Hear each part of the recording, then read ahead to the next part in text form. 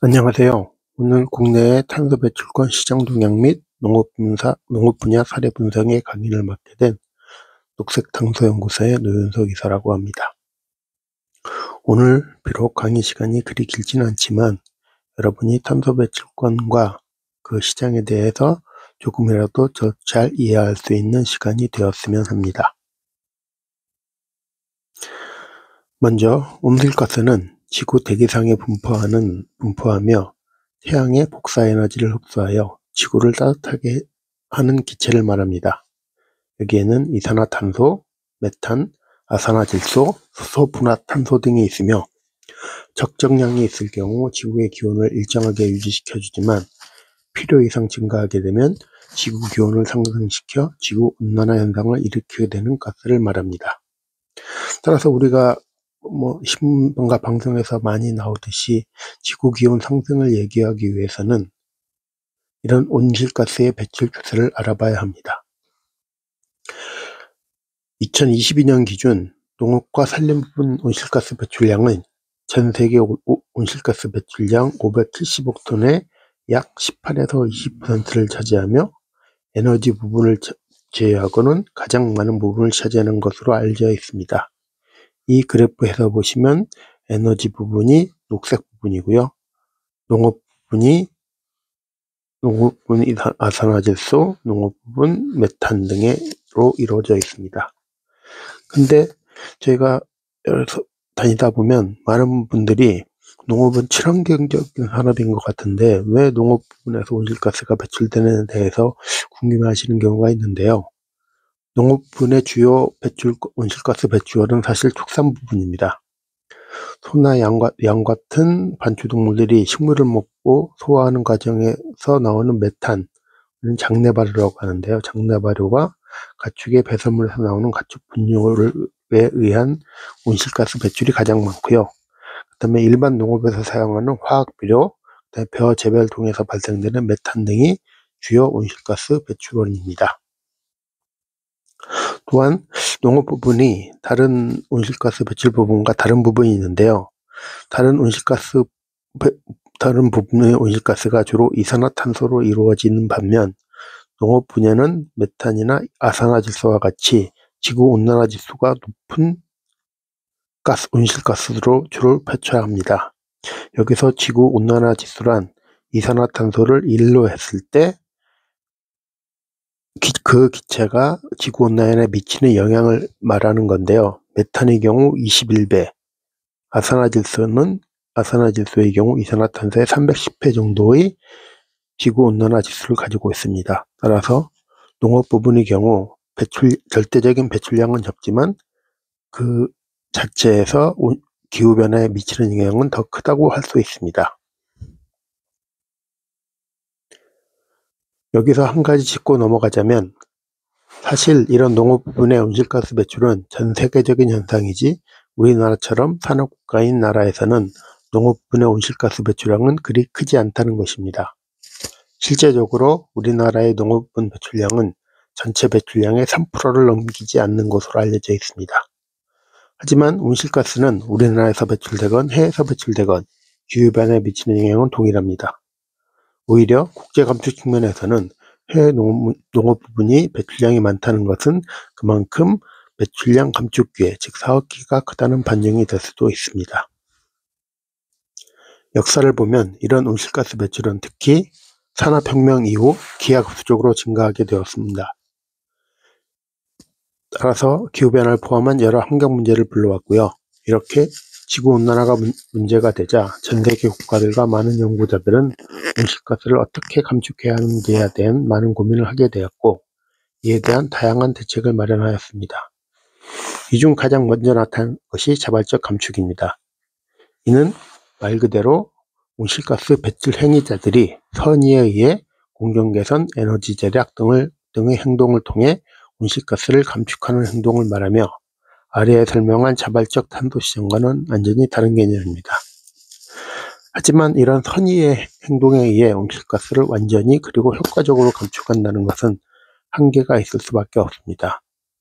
따라서 다음으로는 전 세계 각국들은 규제적 방법을 통해 온실가스 감축 의무화를 하였습니다.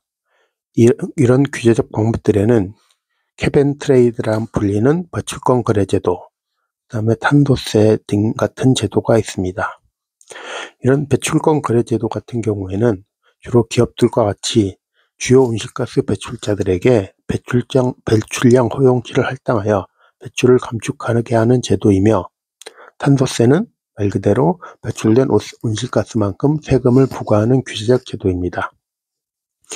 하지만 이런 제도는 비용 대비 효과는 뛰어났지만 기업의 활동을 규제하고 기업과 개인의 자유를 제한을 가했다는 점에서 비판을 받아온 것도 사실입니다. 또한 이런 규제적 방법으로도 충분한 온실가스 감축 효과를 가져오지도 못했습니다. 이런 이유로 유엔에서는 국제적인 협약을 만들어 추가적인 온실가스 감축을 이뤄내고자 노력하였습니다. 이런 국제협약이 1997년 발효된 교토의정서, 2021년에 발효된 파리협약 등입니다. 이 교토의정서와 파리협약은 국제적으로 기후변화에 대응하기 위한 국제적인 규약이라는 측면에서는 동일하지만 가장 중요한 차이는 교토의정서 같은 경우는 선진국에만 온실가스 배출 감축 의무를 주었던 반면 파리협약은 모든 국가에게 온실가스 배출 감축 의무를 주었다는 점입니다. 이런 온실가스 배출 감축 의무를 우리는 NDC라고 부르는데요. Nationally Determined Contribution이라고 국가 결정 기여라고 합니다. 결국 파리협약은 모든 국가에게 NDC라는 온실가스 감축 목표를 설정하게 하고 이 목표를 달성할 수 있도록 여러 가지 활동을 규정한 제도라고 할 수 있습니다. 마지막으로 규제적 시장과 공부이나 국제적인 협약과 별도로 민간 측면에서는 자발적 탄소 시장이란 시장이 생겼는데요. 이는 민간 기구들이 자발적인 규칙을 만들어 그에 부합하는 탄소 프로젝트를 인정하는 시장입니다. 이런 자발적 탄소 시장은 기존의 국제 시장이 인정하지 않았던 다양한 탄소 프로젝트를 인정하여 주며 개도국이나 후진국 등에서 수행하는 다양한 탄소 프로젝트들이 자금을 원활하게 조달할 수 있게 하였고 지역사회 및 주민들의 문제 해결에도 기여를 하게 되었습니다. 하지만 민간 부분이다 보니 그 탄소 크레딧의 품질 문제가 대두되었고 과연 이 시장에서 발생한 크레딧을 믿을 수 있냐는 신뢰의 문제가 발생하게 되었습니다. 탄소 크레딧의 품질 문제는 뒤에서 좀 더 자세히 설명드리겠습니다. 그럼 우리나라 NDC에 대해서 한번 살펴보겠습니다. 보통 NDC는 기준 연도 대비 얼마만큼 감축하겠다고 하는 식으로 발표를 하는데요. 우리나라의 경우 2018년을 기준으로 잡고 있습니다. 우리나라의 2018년 전체 온실가스 총 배출량은 7억 2,700만 톤이 정도 됩니다. 이것을 우리는 2030년까지 40%를 감축하여 4억 3,600만 톤만을 감축하겠다는 것이 우리나라의 목표입니다. 다들 예측하셨겠지만 가장 감축 의무가 큰 지역은 전환과 산업 부분입니다. 여기서 전환은 에너지, 즉 전기 생산을 위한 화석연료를 때우는 부분을 말하고요. 이런 부분들이 가장 많고 저희가 관여하고 있는 농립축산 부분도 2030년까지 1,800만 톤을 감축하여 하는 것으로 약속하였습니다. 여기서 주목해야 할 부분이 바로 국제 감축 부분인데요. 우리나라의 경우 사실 전환 산업, 건물 수송 같은 다른 산업 부분에서 추가로 감축할 여력이 많이 부족한 것이 사실입니다. 일단 국토 면적도 적고요. 기존의 산업 에너지 시설에 많은 에너지 전환 기술들이 이미 적용이 됐기 때문에 새롭게 프로젝트를 추진한다는 것이 사실 쉽지 않습니다. 그렇기 때문에 우리나라에서는 이 NDC를 작성하면서 목표를 달성하기 위해서 해외에서 많은 양을 감축하기로 했고요. 그 양이 3,750만 톤이나 됩니다. 사실 이 양은 다른 나라에 비교해 봤을 때도 상당히 많은 양이고요. 이런 국외 감축을 이렇게 많이 잡은 것은 사실 국내에서 배출 감축을 해야 되는 부분을 해외로 이전했다는 측면에서 국내외 환경단체들에게 국외 그린워싱이라는 비판을 많이 제기받은 것도 사실입니다. 하지만 우리나라의 현실도 좀 이해를 해야겠죠. 그럼 이제부터 탄소시장에 대해서 좀 더 자세히 알아보겠습니다. 탄소시장은 그 의무에 따라 의무시장, 준의무시장, 그리고 자발적 시장으로 나눌 수 있습니다. 의무시장은 말 그대로 국가가 기업들이 배출할 수 있는 배출량을 할당하고 기업들이 강제적으로 그것을 따르게 하는 제도입니다. 우리나라와 세계 여러 국가에서 운영되고 있는 배출권 거래제가 그 예입니다. 이와 대비해서 준의무시장과 자발시장 시장을 한꺼번에 본다면 이들은 법적 의무는 없지만 행위자들이 자발적으로 참여하거나 혹은 단체적 이익 혹은 경제적 이익을 목적으로 참여하여 탄소 배출을 감축하거나 기존의 탄소를 제거하는 프로젝트를 실시하여 탄소 크레딧을 생성하는 시장입니다. 이 두 시장의 가장 큰 차이점은 의무시장은 정부에서 주는 할당량을 기반으로 하는 시장인 반면 준의무시장이나 자발적 시장은 자기들이 개발자들이 스스로 프로젝트를 개발하는 프로젝트 기반의 시장이라는 것입니다. 물론 전 지구적인 기후변화에 대응하기 위해서는 이 세 가지 모든 시장이 다 중요하지만 의무시장의 경우 할당량을 받은 기업들이 주요 대상이라는 점에서 일반 기업이 접근하는 데는 한계가 있습니다. 따라서 여기에서는 주로 농업법인들이나 일반 기업들이 참여할 수 있는 준의무시장이나 자발적 시장, 즉 프로젝트 시장에 대해서 주로 설명드리겠습니다. 위에서 탄소 프로젝트가 제거, 감축, 그리고 회피의 종류로 구분할 수 있다고 했는데요. 제거는 이미 배출된 탄소를 다시 흡수하여 저장하는 것을 말하며 감축은 배출량을 줄이는 활동을 말합니다. 마지막으로 회피는 미래에 발생할 수 있는 탄소 배출을 특정 활동을 통해 막는 활동을 말합니다.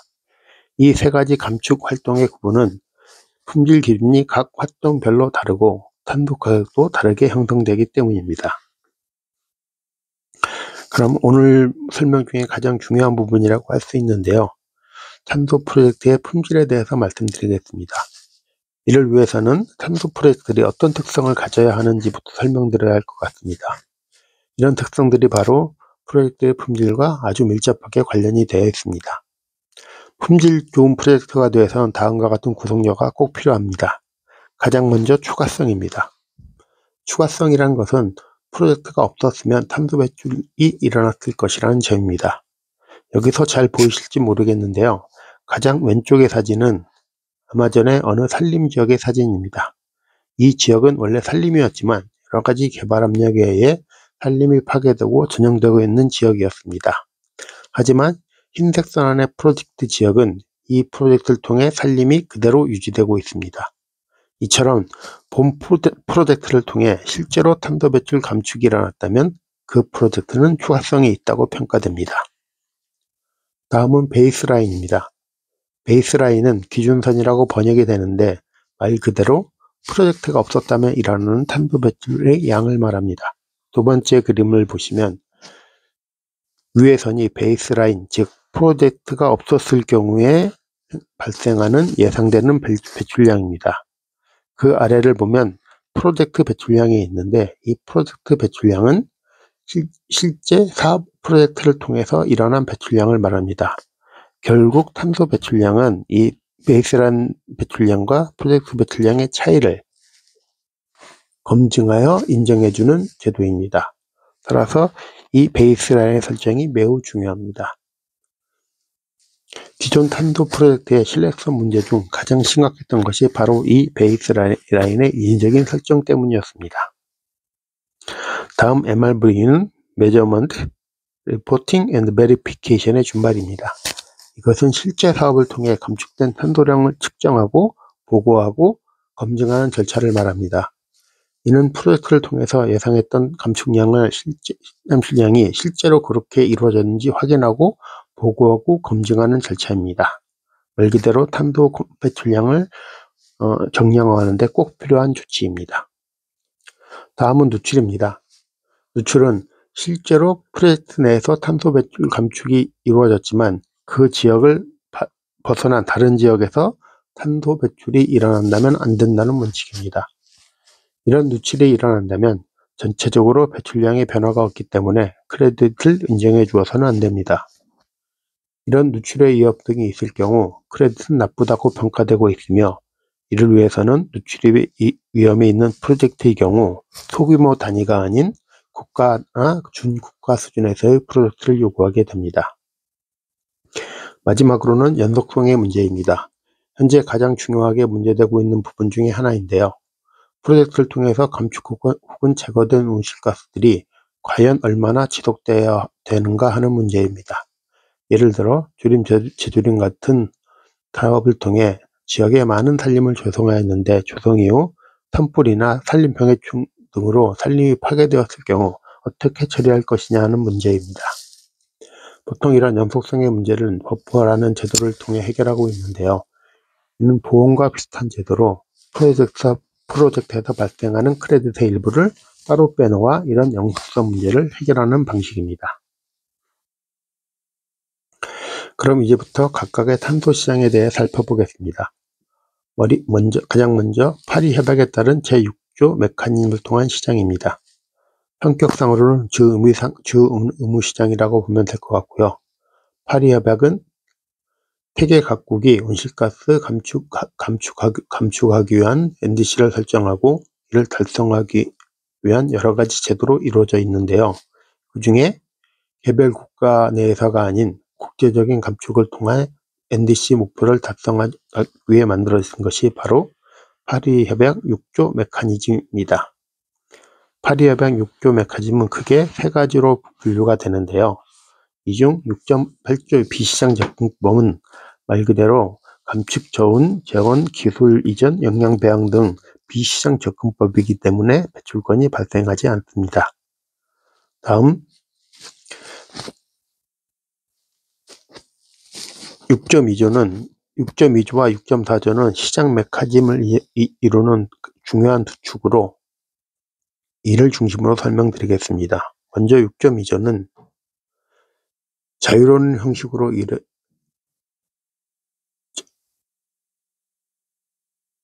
6.2조는 협력적 접근법으로 불리고 있으며 당사자 간의 자발적 협력에 의해서 다양한 분야에서 협력이 가능한 사업입니다. 즉 당사자 간의 자발적 협력을 통해서 여러 프로젝트를 수행하고 그걸 당사자 간에 인정을 하면 성립되는 형식인데요.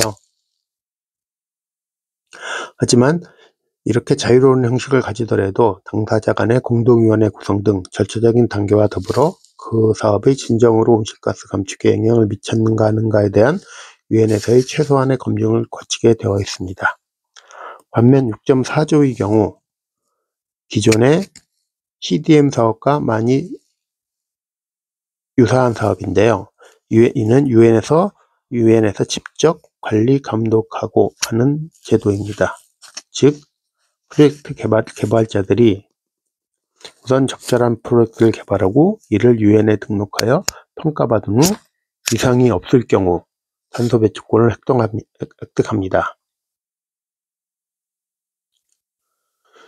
이런 6.2조나 6.4조를 통해 생성된 크레딧을 국제적으로 이전하기 위해서는 상응조정이라는 절차가 꼭 필요한데요. 쉽게 설명하자면 한 개의 프로젝트에서 생긴 크레딧이 여러 번 사용하게 돼서는 안 된다는 규칙입니다.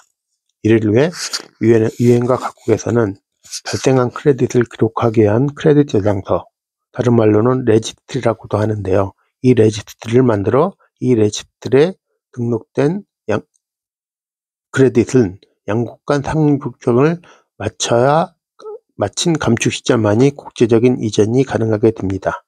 이런 크레딧을 이트모라고 부릅니다. 우리나라의 국제 감축의 목표는 바로 이 이트모를 획득하는 것입니다. 다음은 자발적 탄소 시장입니다. 자발적 탄소 시장의 개념에 대해서는 이미 위에서 설명드렸습니다. 현재의 자발적 탄소 시장의 현황을 살펴보자면 2021년 기준 자발적 탄소 시장의 규모는 의무시장의 1%에도 미치지 못하였으나 현재 여러 분석기관의 분석에 따르면 2050년까지 그 시장 규모가 100배 이상 성장하여 의무시장과 비슷해질 것으로 예상되고 있습니다. 이는 의무시장의 경우 배출량 할당으로 유지되기 때문에 성장 가능성이 한계가 있는 반면 자발적 시장은 기업의 경영, 사회적 책임과 연계해서 수요는 계속 증가하고 있으며 또한 새로운 방법론의 등장 및 파리 협약 관련 메커니즘과의 연계를 통해서 다양한 시장 확대의 가능성이 크기 때문입니다. 앞서 설명드렸다시피 자발적 탄소 시장은 민간 기업이나 기구에서 설립되어 고유의 방법론과 등록수를 가지고 운영되고 있습니다. 현재 시점에서는 국제적인 자발적 탄소 시장은 미국 기반 베라가 56%, 유럽 기반의 골든 스탠다드가 15.8%, 미국 기반의 ACR이 10.7% 등을 차지하고 있으며 이런 빅3의 시장 점유율이 80% 이상이 됩니다. 또한 탄소 배치권의 가격도 각 플랫폼별로 차이가 나서 통당 5불대에서 30불대까지 다양하게 분포합니다. 이런 탄소 가격은 플랫폼뿐만 아니라 프로젝트 유형 등의 영향을 많이 받습니다. 일례로 탄소 제거 기술 중에 하나인 바이오차의 경우는 그 신뢰성과 영향도가 매우 높게 평가되어 시장에서 약 통당 200불까지 거래되고 있습니다. 이때까지는 탄소 배출권 시장에 대해서 알아봤고요. 그러면 실질적으로 국내 농업부분에서 적극 가능한 탄소 시장에 대해서 알아보도록 하겠습니다. 가장 먼저 농림축산식품부에서 실시하고 있는 농업농촌 자발적 온실가스 감축 사업입니다. 이는 농업에서 발생하는 배출량을 줄이기 위해 탄소 감소 효과가 있는 친환경 농법을 이용해서 농촌의 탄소 배출량을 상쇄하게 하는 제도입니다. 앞서 설명한 자발적 시장에 해당하고요. 이것은 농민들이 이런 자발적 활동을 하면 정부에서 특히 이산화탄소 톤당 10,000원의 그를 구매해주는 제도입니다. 제도는 한국농업기술진흥원에서 관리를 하고 있습니다. 두 번째는 농업부분 배출권 거래제 외부 사업입니다. 외부 사업이란 배출권 거래제 할당 기업 대상이 아닌 기업이나 시설에서 온실가스를 감축한 실적을 온실가스 배출권으로 전환해 주는 제도입니다. 여기에서 발생하는 탄소 배출것은 KUC라고 부르고요. 우리나라 배출권 거래시장에서 거래가 가능합니다. 지금 현재 거래가격은 계속 변하긴 하지만 톤당 26,000원 정도입니다. 여기에 적용할 수 있는 사업 방법론은 외부 사업 홈페이지에 등록된 방법론으로 현재 17개 정도가 있는 것으로 알고 있습니다. 역시 한국농업기술진흥원에서 관리를 하고 있지만 최종적인 승인권자는 여기는 환경부에서 하고 있습니다. 하지만 아쉽게도 농업 부분의 외부 사업은 그리 활발하지 않은 것으로 제가 듣고 있는데요. 제 생각으로는 앞서 말씀드렸다시피 우리나라에서 농업 부분의 온실가스 배출량이 아직 미미하기 때문에 수행할 수 있는 프로젝트도 작은 것이 아닌가 하는 생각이 듭니다. 마지막으로는 국제 감축 시장을 이행하는 것입니다. 이는 전 지구적 기후변화를 완화하기 위해 각 국가 간의 감축 사업을 실행하고 여기서 감축된 실적을 이전하는 시장을 말합니다. 여기서 활용가능한 시장은 자발적 탄소 시장, 그리고 파리 협약에 따른 국제 감축 메커니즘들 이용할 수 있습니다. 오늘의 주요 강의 대상이 해외 농업 진출 기업인 점을 감안하면 국제 감축 시장에 가장 관심이 많을 것으로 보입니다. 앞에서 말씀드렸다시피 우리나라와는 달리 세계의 농업분 배출량은 상당히 많은 부분을 차지하므로 특히 우리나라가 해외 농업 부분에 진출하고 있는 개도국이나 후진국의 경우 그 비중이 더 크므로 국제적인 농업 부분의 국제 감축 시장의 가능성은 매우 크다고 할 수 있습니다. 이 다음부터는 감축시장별 방법론을 정리해 보았습니다. 방법론이라는 것은 해당 사업을 수행했을 경우 어떻게 탄소 배출권을 정량화하는지, 그 모니터링을 어떻게 수행하지 하는지를 정리해 놓은 문서입니다. 따라서 이런 탄소 관련 프로젝트를 수행할 때는 이런 방법론들을 잘 살펴보고 어떤 방법론을 선택하여 사업을 어떻게 추진할 것인지를 가장 먼저 고려해야 합니다. 하지만 여기서 사업별 방법론을 설명하는 것은 시간 관계상 무리가 있고 강의의 목적에도 맞지 않는 것 같아 정리한 문서로 대신하면서 강의를 마치고자 합니다. 계속 말씀드렸다시피 농업분야의 경우 특히 국제감축시장의 기회가 충분하다고 생각됩니다.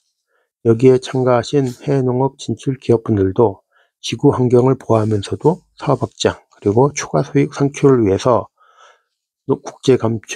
농업부분 국제감축시장에 적극적인 관심과 참여를 하여 주시기 바랍니다. 감사합니다.